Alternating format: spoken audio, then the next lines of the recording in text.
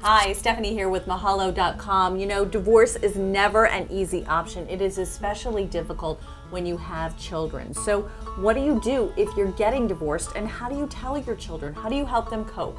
Well, joining us now is Dr. Sarah and Dr. Megan, both clinical psychologists. Thank you so much for being here. First step, how do you tell your child that you're getting divorced? It's such a sensitive and delicate issue. It's really a hard one to approach. I think if you can take a collaborative approach, it's best. Oftentimes that's not the case. If it's a high conflict divorce or if there's too much tension between the parents, in those situations it might be nice to have the assistance of a mental health professional or maybe a neutral family member to be there. But if you can be collaborative with mom and dad present, it's the best way forward to sit with the child and talk to them about here's what's going to happen. Be really concrete.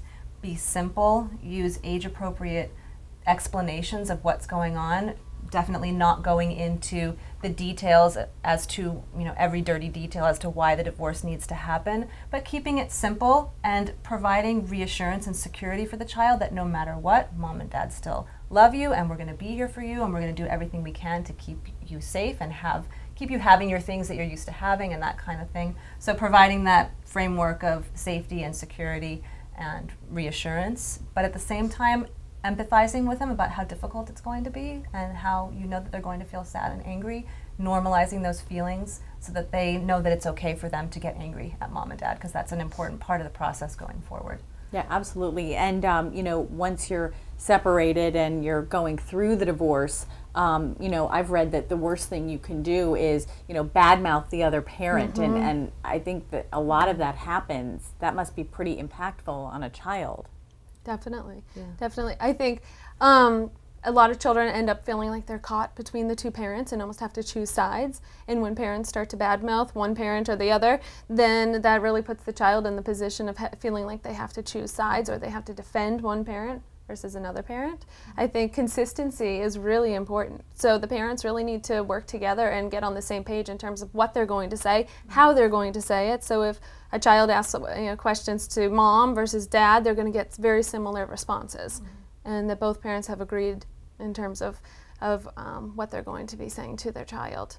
And it's really important to remember that siblings may respond differently. Even though you have two children who are in the same family and going through the same situation, one child may start crying and the other one may exhibit a lot of anger. And it's important to stay attuned to what your individual child's needs are. In your experience, is there an ideal situation for a divorce? I've read studies where a lot of people don't like the joint custody, 3 days at one house, 4 days at another. I mean, have you guys seen, ideal situations?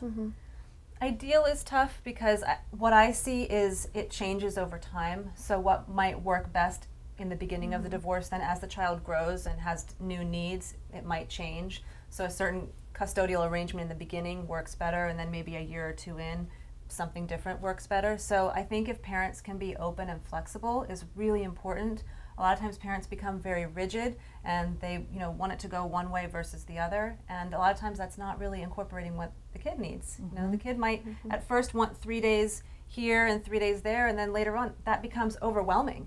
It's too much back and forth and they feel more comfortable with a week on, week off situation, for example. So I think if the parents can keep in mind being open and flexible, that is ideal.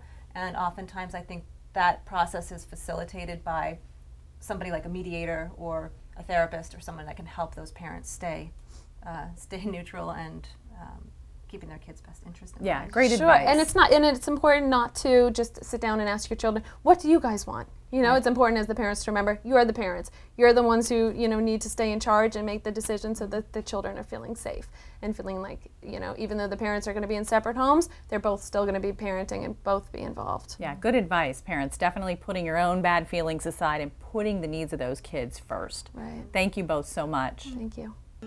If you'd like more information about parenting, you can click on any of the links you see here. You can also subscribe to Mahalo Parenting, and you can send us an email if you'd like a specific answer to a specific parenting topic at requests@mahalo.com. Thanks so much for watching.